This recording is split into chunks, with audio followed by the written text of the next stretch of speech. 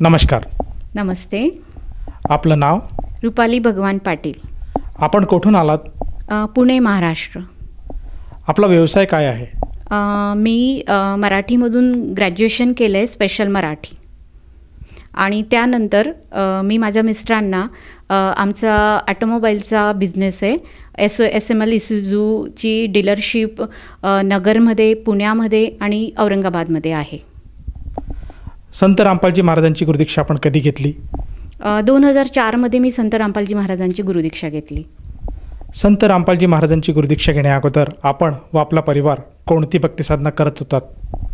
संत रामपालजी महाराजांची गुरुदीक्षा घेण्याआधी मी जे सगळे लोक जी पारंपरिक भक्ती करत होते तीच भक्ती आम्ही करत होतो. म्हणजे जसे श्रावण महिन्यामध्ये महादेवावरती बेलपत्र वाहणे, सोमवारचं व्रत करणे, त्यानंतर अभिषेक करणे, प्रदोष व्रत करणे, त्याच्यानंतर मी श्रावण महिन्यामध्ये आपली ही जी शिवलेला अमृत असतात त्याचं वाचन करणं, त्याच्यानंतर 21 शिवलेल्या अमृतच्या ज्या 42 ओव्या असतात त्याचं पठण करणं, त्याच्यानंतर वैभवलक्ष्मीचे व्रत उपवास करणं, महालक्ष्मीचे व्रत उपवास करणं, चतुर्थी करणं, असे जसे माझ्या डोळ्यासमोर मी पहिल्यापासूनच मला ईश्वराची खूप आवड होती. मला वाटायचं की परमात्मा आहे, तो आपल्याला बघतोय आणि परमात्मा विश्वासात आहे. त्यामुळे जे माझे आई, माझे वडील जी काही भक्ती साधना करत होते, मी त्यांना बघूनच हे सगळं काही फॉलो करत होती. जसं तुम्ही सांगत आहात की आपण पूर्वीपासूनच महाराष्ट्रामध्ये जी काही भक्ती साधना चालते परंपरेनुसार त्या भक्तिविधीमध्ये आपण लीन होतात. तर मला असं विचारायचं आहे की संत रामपालजी महाराजांचा जो मार्ग आहे तो मार्ग आपल्याला कसा कळाला आणि आपण त्यांच्या मार्गाकडे कसे वळालात? हो, मी जी भक्ती साधना पारंपरिक भक्ती करत होती, करता करता अचानक एक दिवस माझ्या आयुष्याचा एक खूप मोठ्या आयुष्याला एक टर्निंग पॉईंट मिळालं की माझे मिस्टर आहे ते संत रामपालजी महाराजांचा आमचा अहमदनगरमध्ये सत्संग होता आणि ते सत्संग ऐकायला गेले आणि सत्संग ऐकल्यानंतर त्यांनी नामदीक्षा घेतली आणि नामदीक्षा घेऊन जेव्हा ते घरी आले आणि त्यांनी मला सांगितलं की मी असे असे गुरुजी आहेत संत रामपालजी महाराज आणि मी त्यांची नामदीक्षा घेतली. आणि त्याचबरोबर त्यांनी जेव्हा मला सांगितलं की मी म्हटलं नामदीक्षा काय, मला तर तेव्हा काही एवढं कळत नव्हतं की नामदीक्षा काय, गुरुमंत्र काय, कारण मी आधी काही कुठले गुरु केले नव्हते. पण जेव्हा त्यांनी सांगितलं की मी संत रामपालजी महाराजांची नामदीक्षा घेतली आणि नामदीक्षा घेतल्यानंतर सगळ्यात महत्त्वाचं जेव्हा त्यांनी मला सांगितलं की मी फक्त नामदीक्षा नाही घेतली, मी ॲक्च्युली जे संत रामपालजी महाराज आहेत त्यांचे नियम आहेत. नियम म्हणजे कुठले कुठले की कुठलंही व्यसन न करणं, म्हणजे ड्रिंक्स न घेणं, बिडी, सिगरेट, तंबाखू, गुटखा, मिश्री यासारखं कुठलंही व्यसन न करणं. त्याचबरोबर त्यांनी सांगितलं की जे काही आहे यांचे जे नियम आहेत संत रामपालजी महाराजांचे, ते नियम ऐकून मला खूप त्याचं अट्रॅक्शन झालं की अरे, मी आजपर्यंत तर ह्या इथं जेवढे काही मी भक्ती साधना किंवा माझे आई वडील किंवा आम्ही जी काही आधीची भक्ती करत होतो, गुरु माझ्या आई वडिलांनी तर गुरु नव्हतं केले, पण मी जेवढ्या साधू संतांना बघत होती तर असे नियम कोणी सांगत नाही. मी जे ऐकलं होतं बालपणापासून की भक्ती म्हणजे काय, भक्ती म्हणजे काय, ज्याला मनाला वाटेल तशी भक्ती करणं, म्हणजे की त्याला कुठलेही नियम नाही. मंदिरात जाणं, व्रत उपवास करणं, पोथी वाचणं. आणि मला आश्चर्य वाटायचं लहानपणापासून की आपण उद्या उपवास आहे त्याच्या आदल्या दिवशी लोक नॉनव्हेज खातात आणि दुसऱ्या दिवशी म्हणतात की उपवास आहे. आणि हे जेव्हा मी संत रामपालजी महाराजांची भक्ती जेव्हा नियम बघितली की आपल्याला कुठलंही व्यसन करायचं नाही, त्याच्यानंतर नॉनव्हेज खायचं नाही आहे, त्याच्यानंतर व्याभिचार नाही, चोरी नाही, ठगी नाही, कोणाला फसवणं नाही, 2 नंबरचं काम नाही, कोणाचं आत्मा दुखवणं नाही, एवढे अप्रतिम नियम. म्हणजे ते ऐकून मला असं वाटलं की जर एखाद्या परिवाराने हे सगळे नियम फॉलो केले तर तो त्यांचा परिवार निश्चितच नंदनवन होणार आहे. मग हे ऐकल्यावरती मी म्हटलं की हो, मला हे खूप आवडलं, तुम्ही घेऊन आले. मला ज्ञान तर तेव्हा काही एवढं समजलं नव्हतं, पण त्या नियमांमुळे मला अट्रॅक्शन झालं ह्या भक्तीचं. आणि त्यामुळे मी आणि माझा मुलगा, तो 3rd स्टँडर्डमध्ये होता, आम्ही दोघांनी संत रामपालजी महाराजांची ज्या वेळेला त्यांचा 2nd टाईम सत्संग होता त्यावेळेला जाऊन आम्ही गुरुदीक्षा घेतली. जसं आपण सांगत आहात की संत रामपालजी महाराजांचे जे काही भक्तिविधीमध्ये जे काही नियम आहेत त्या नियमांना आपण प्राधान्य दिलं आणि ते नियम आपल्याला आवडलेत आणि त्या अनुषंगाने आपण संत रामपालजी महाराजांची नामदीक्षा घेतली. तर मला असं विचारायचं आहे की संत रामपालजी महाराज आजच्या घडीला जे काही समाज सुधारणेचं काम करत आहेत, त्यांचे जे काही नियम आहेत, त्या नियमामुळे आज बरेचसे परिवार व्यसनापासून दूर गेलेले आहेत आणि सुखसमाधानाने जगत आहेत. तर ह्या नियमाबद्दल आपल्याला असा काही अनुभव आला होता का की जे करून आपण संत रामपालजी महाराजांच्या ज्या नियमाला प्रभावित झाले, त्यांच्याकडे आकर्षित झाले आणि आपण त्यांची नामदीक्षा घेतली? हो, जसं म्हणजे मी सांगितलं ना की मला सगळ्यात महत्त्वाचं म्हणजे मला ड्रिंक्स, माझे मिस्टर, आमचा जो व्यवसाय ऑटोमोबाईलचा व्यवसाय असल्यामुळे जे काही पार्टीज व्हायच्या किंवा मीटिंग्स व्हायच्या, त्यानंतर ड्रिंक्स करणं किंवा हे एक स्टेटस झालं आहे की जनरली आपल्याला असं वाटतं जेव्हा तुम्ही बिझनेस करताय किंवा एका पार्टी देणं आणि त्यामध्ये ड्रिंक्स तर 101% ड्रिंक्सचा यूज केला जातो की जसं आपण जसं बघितलं होतं की महाराष्ट्रीयन लोक पहिले चहा दिला जायचा, आता चहाच्या ऐवजी एवढा समाज वाईट अवस्थेला गेला आहे ना की ड्रिंक्स ऑफर केली जाते आणि त्याच्यामुळे कधीतरी जेव्हा ते ड्रिंक्स घ्यायचे तर मला वाईट वाटायचं आणि आमचं दोघांचं भांडण व्हायचं. त्यामुळे जेव्हा त्यांनी दीक्षा घेतली आणि जेव्हा त्यांनी हे नियम होता संत रामपालजी महाराजांचा की ड्रिंक्स करायचं नाही, तर त्यामुळे मला ते एवढं चांगलं वाटलं आणि मी ह्या भक्तीकडे अट्रॅक्ट होऊन म्हणजे माझ्यासोबत मला असं वाटलं की समाजामध्ये संत रामपालजी महाराज एवढं मोठं सोशल वर्क करतायत, एवढं समाज सुधारचं कार्य करताय आणि तरी त्याचा कुठलाही गाजावाजा करत नाही आहे. कारण आजकाल माझ्यासारख्या अशा किती महिला आहेत की जर त्यांच्या नवऱ्याने ड्रिंक्स केली तर त्यांचा पूर्ण परिवार ह्या ड्रिंक्समुळे डिस्टर्ब होतोय.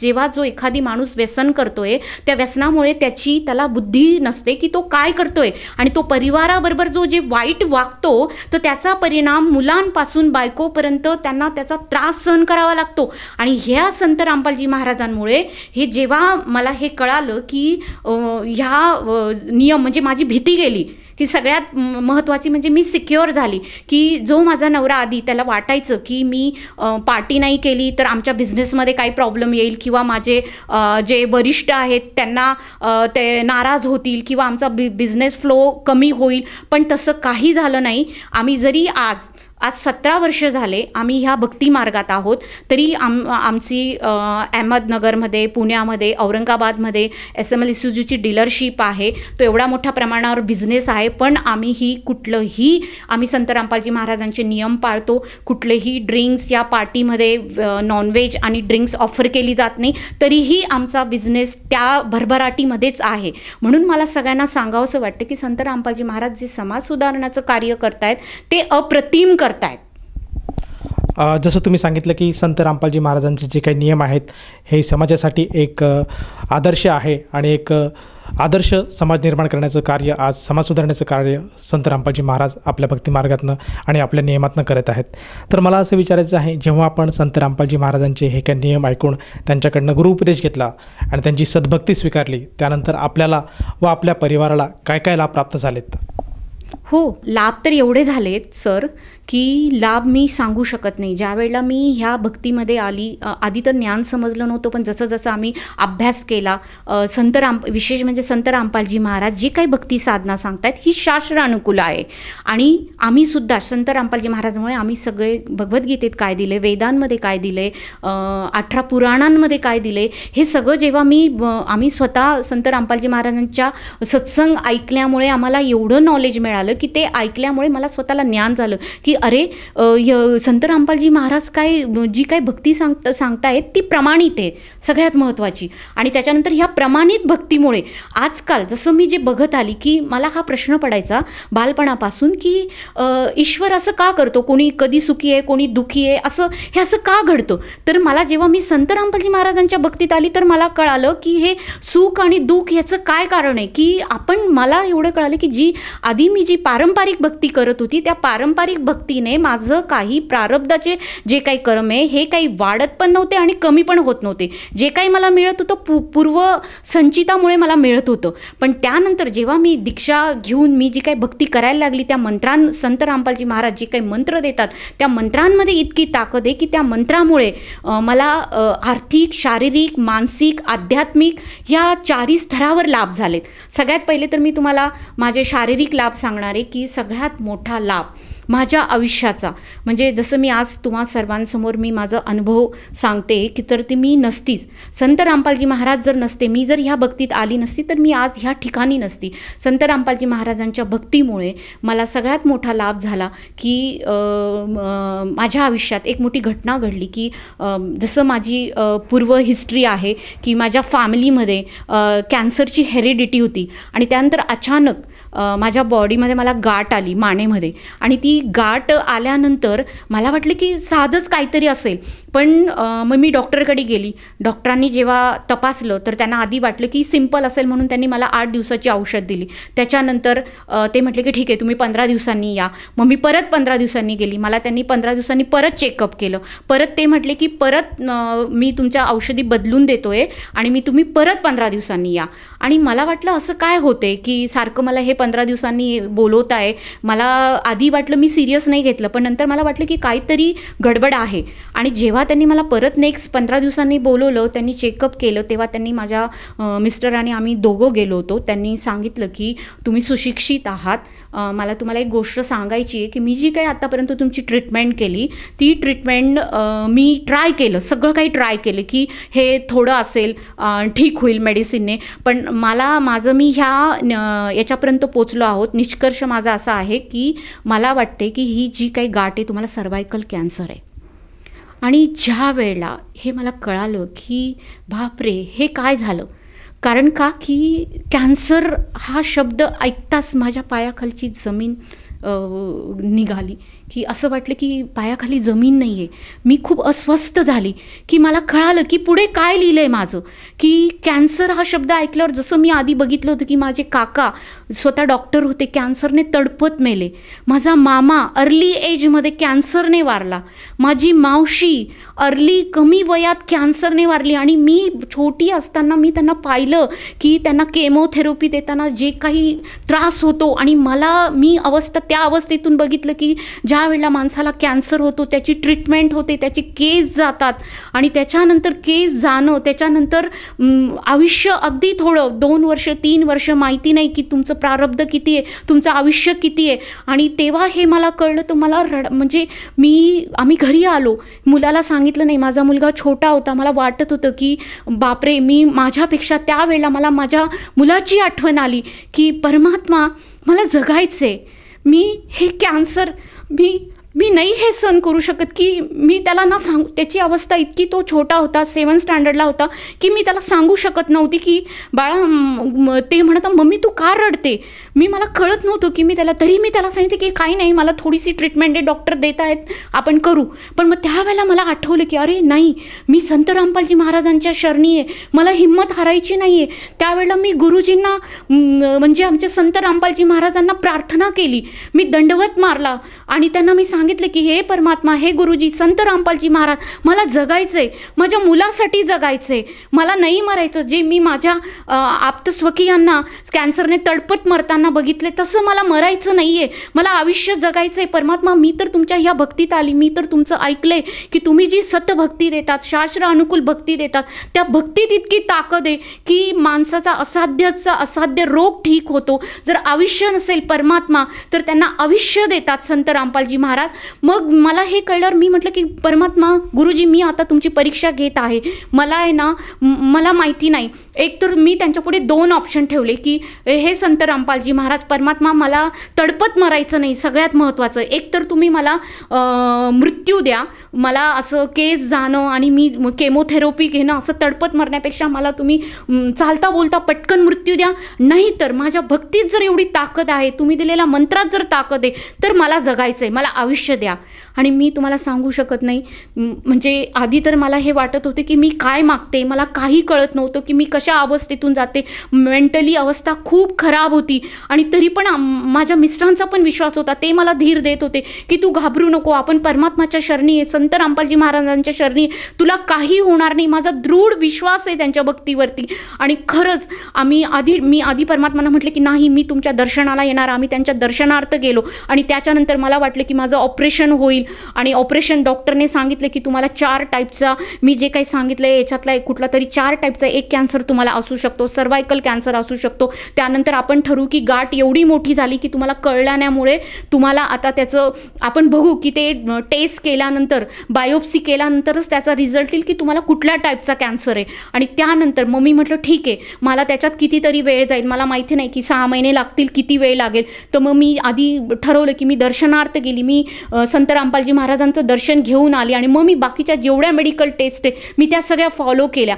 एक एक दिवस मला असं, मी मृत्यूच्या जवळ जात होती. मला असं वाटत होतं, एकीकडे माझी अवस्था द्विधा होती, असं वाटत होतं की मी मृत्यूच्या जवळ जाते, पण माझा आत्मविश्वास, संत रामपालजी महाराजांवरचा दृढ विश्वास मला सांगत होता की नाही, मला गुरुजी वाचवतील, मला संत रामपालजी महाराज वाचवतील. आणि मी आल्यानंतर बायोप्सी झाली आणि बायोप्सीचा रिझल्ट म्हणजे ती टेस्टचा रिझल्ट घ्यायला माझे हिंमत होत नव्हती. मी मिस्टरांना म्हटलं की तुम्ही जा, मी नाही येत, तुम्ही घेऊन या. आणि मला असं वाटत होतं की मी वाट बघत होती की हे आल्यानंतर मला चेहऱ्यावरून सुद्धा कळणार होतं की माझा रिझल्ट काय आला आहे, म्हणजे मला कुठल्या टाईपचं काय कॅन्सर आहे किंवा नाही.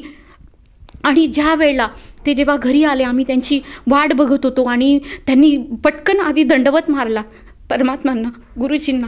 आणि ते म्हटले, रुपाली तुला जे वाटतंय ना असं काही नाही आहे, गुरुजीने तुझ्यावर दया केली आहे, तुला कुठल्याही टाईपचा कॅन्सर नाही निघाला आहे. आणि मी हे सांगू शकत नाही, हे असं नाही होऊ शकत, असं कधीच होऊ शकत नाही. आणि तेव्हा मला कळालं की हे सगळं संत रामपालजी महाराजांची जी मी भक्ती करते त्या भक्तीची ही ताकद आहे. आणि माझ्या आयुष्याला एक नवीन सुरुवात झाली. जसं तुम्ही सांगत आहात की संत रामपालजी महाराजांना आपण चॅलेंज केलं की आपल्या गळ्यामध्ये जी गाठ झाली ती एकतर कॅन्सरची नको, नाहीतर मला एकतर मरण दे किंवा मला कुठलाही असा असाध्य रोग होऊ देऊ नये. आणि परमेश्वराने आपली हाक जाणली आणि आपल्याला त्यातून बरं केलं. तर मला असं विचारायचं की या गोष्टीला आजच्या घडीला किती दिवस लोटले आणि त्यासाठी जो काय आपल्याला पूर्वीचा जो आजार होता त्यासाठी आपण काही औषधोपचार घेत आहात का? आज त्या गोष्टीला जवळजवळ 6 वर्ष झाले आणि मी त्याच्यानंतर कुठलीही मेडिसिन घेतलं नाही, कुठलंही ट्रीटमेंट घेतलं नाही. आणि मी आज जी तुमच्यासमोर आहे एकदम वेल स्थितीत आहे, मला कुठलाही आजार नाही, काही नाही. आणि मी एकदम चांगलं निरोगी आयुष्य मी जगते, कसलाही त्रास मला होत नाही आहे. हा तर आपल्याला संत रामपालजी महाराजांच्या दयेने अतिशय असीम अशी आपली कृपा झाली संत रामपालजी महाराजांची आपल्यावर. आणि आपल्याला कॅन्सरसारख्या भयानक आजारापासून संत रामपालजी महाराजांच्या सद्भक्तीने वाचवलं आहेत. ह्या लाभाव्यतिरिक्त आपल्याला आणखीन काही संत रामपालजी महाराजांच्या दयेने लाभ झालेत का? हो, एवढे लाभ झालेत ना, हा तर सगळ्यात मोठा लाभ होता.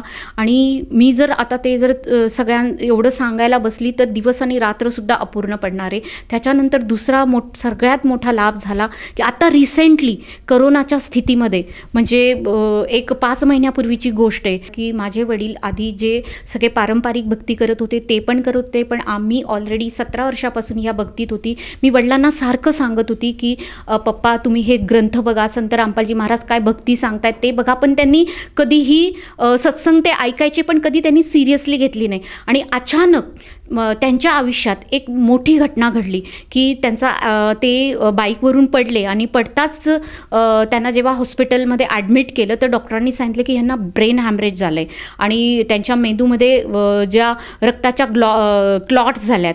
आणि त्याच्यानंतर आधी तर ते खूप नॉर्मल होते आणि डॉक्टर म्हटले की त्यांना थोडीशी ट्रीटमेंट दिली, ते थोडे बरे झाले.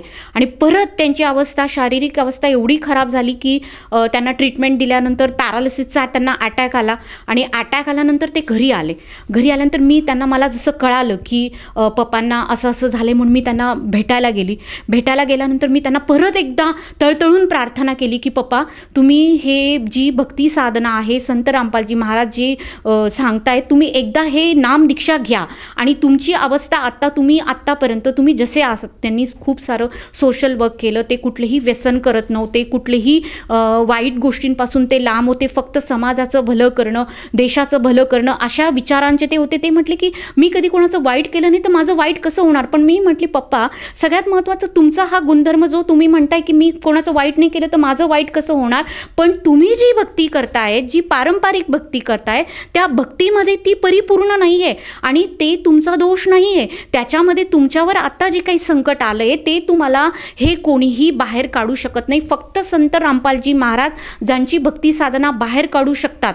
आणि माझ्या फोर्समुळे किंवा त्यांना जी अवस्था झाली होती की पॅरालिसिसमुळे त्यांचा एक हात आणि पाय काम करत नव्हता, तर तेव्हा त्यांना वाटलं की आयुष्य किती अनमोल आहे. जेव्हा आपण माणूस व्यवस्थित चालत असतो तेव्हा तो सगळं काही कोणावर डिपेंड नाही राहत आणि जेव्हा त्याचा एक हात आणि एक पाय काम करत नाही तर तो खूप डिस्टर्ब होतो. आणि ते एवढे स्वाभिमानी की त्यांना असं वाटतं की माझी सेवा माझ्या सुनेला, मुलाला, नातवाला हे सगळे त्यांची सेवा करत होते आणि मला ते दुःख पावलं जात नव्हतं. मी पप्पांना सांगितलं की पप्पा प्लीज एकदा ट्राय करा, तुम्ही भक्ती घ्या. आणि मग तेव्हा पप्पा म्हटले ठीक आहे, तू एवढं सांगते ना की मी दीक्षा घेतो. आणि माझ्या वडिलांनी दीक्षा घेतली आणि एवढा बदल झाला. माझ्या वडिलांनी दीक्षा घेतली आणि दीक्षा घेतल्यानंतर एक 4 दिवस त्यांना थोडं वेगळं वाटलं की हे मी भक्ती करतोय. त्यांनी जरा नियम समजून घेतले आणि 4 दिवसानंतर त्यांना असं वाटलं की माझी बॉडी हळूहळू त्यांच्या ब्रेनमध्ये जे क्लॉट्स झाले होते ना, तर पहिले जो एक हात आणि एक पाय काम करत नव्हता तर नंतर त्यांची बॉडी कुठलंच काम करत नव्हती.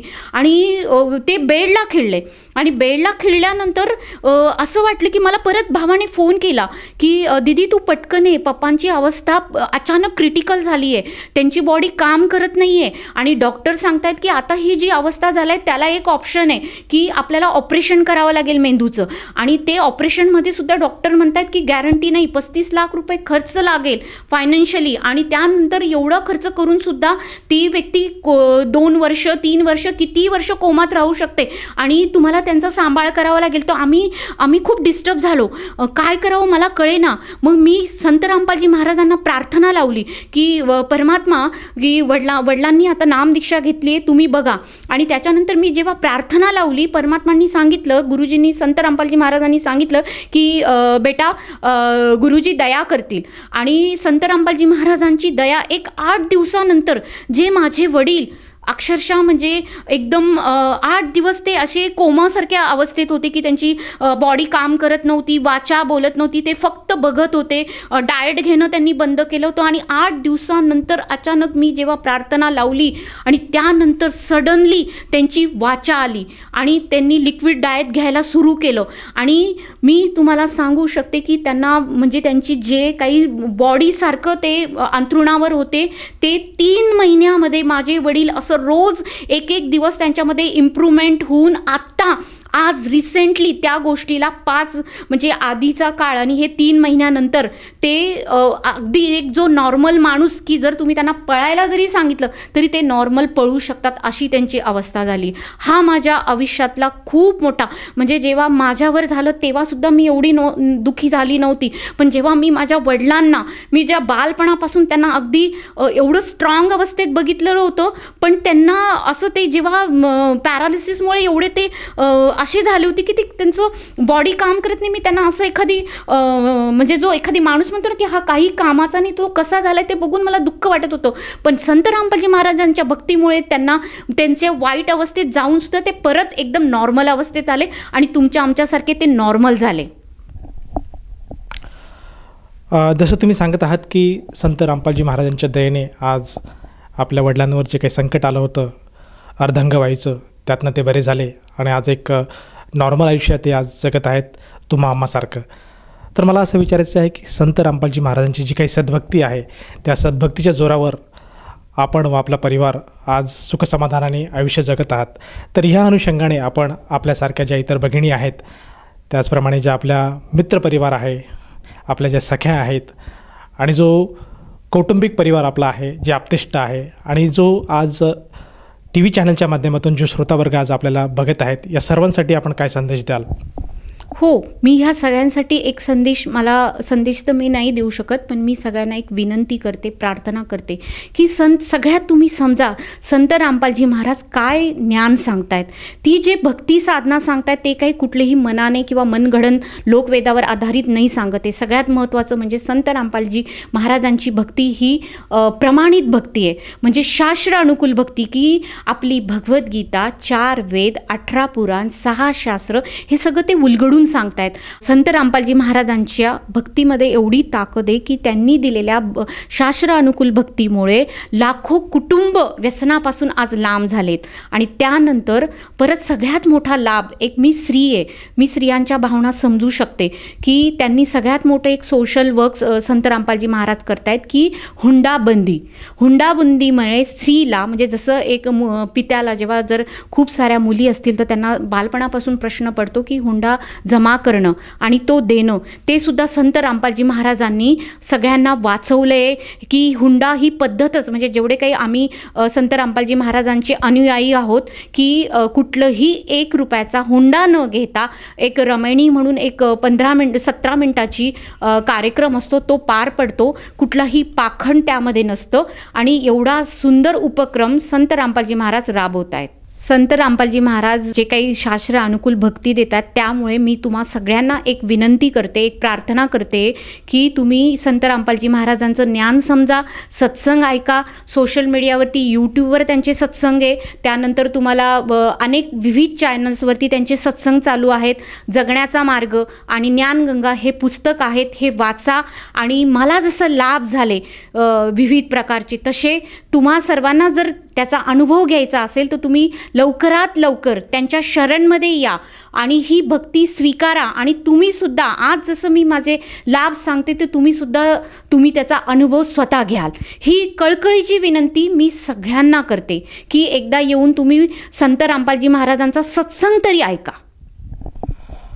जसं तुम्ही सांगत आहात की आज सर्व समाजाने संत रामपालजी महाराजांची जी काही शिकवण आहे ती शिकवण घ्यायला हवी, त्याचं अध्ययन करायला हवं आणि त्यांच्याकडनं नामोपदेश घेऊन आपलं आणि आपल्या कुटुंबाचं कल्याण करायला हवं. तर ह्या अनुषंगाने जर एखाद्या साधकाला असं जाणवलं की आपणसुद्धा संत रामपालजी महाराजांची नामदीक्षा घ्यावी, तर तो साधक किंवा ती व्यक्ती संत रामपालजी महाराजांची नामदीक्षा कशी घेऊ शकेल? हो, संत रामपालजी महाराजांची नामदीक्षा घेणं खूप सोपं झालं आहे. संत रामपालजी महाराजांचे जे सत्संग चालतात विविध चॅनल्सवरती, त्यावरती त्यांचे नंबर्स फ्लॅश होत असतात. तुम्ही त्या नंबरवरती कॉन्टॅक्ट केल्यानंतर तुम्ही ज्या शहरातले आहात, ज्या राज्यातले आहात, तुम्ही कॉन्टॅक्ट करून ते तुम्हाला गाईड करतील की संत रामपालजी महाराजांची नामदीक्षा केंद्र कुठे आहे आणि तुम्ही ती दीक्षा घ्या. आणि विशेष म्हणजे सगळ्यात महत्त्वाचं की संत रामपालजी महाराजांची नामदीक्षा ही निःशुल्क मिळते, कुठलंही चार्ज तुम्हाला करायचं नाही आहे आणि तुम्ही ती दीक्षा निःशुल्कपणे घेऊन त्याचा लाभ घेऊ शकता. धन्यवाद. धन्यवाद. सत्साहेब. निःशुल्क नामदीक्षा प्राप्त करण्यासाठी आणि अधिक माहितीसाठी संपर्क करा 7030303951 7030303952. आमची वेबसाईट आहे www.jagatgururampalji.org. सर्व पवित्र धर्मांच्या पवित्र शास्त्रांवर आधारित प्रमाणित अनमोल पुस्तक ज्ञानगंगा किंवा जगण्याचा मार्ग यापैकी कोणतेही एक पुस्तक निःशुल्क मागविण्यासाठी आम्हाला आपले पूर्ण नाव, पूर्ण पत्ता, पिनकोड सहित आणि फोन नंबर लिहून 7030303951 7030303952 या नंबरावर SMS करू शकता किंवा आम्हाला 7030303950 या नंबरावर WhatsApp देखील करू शकता.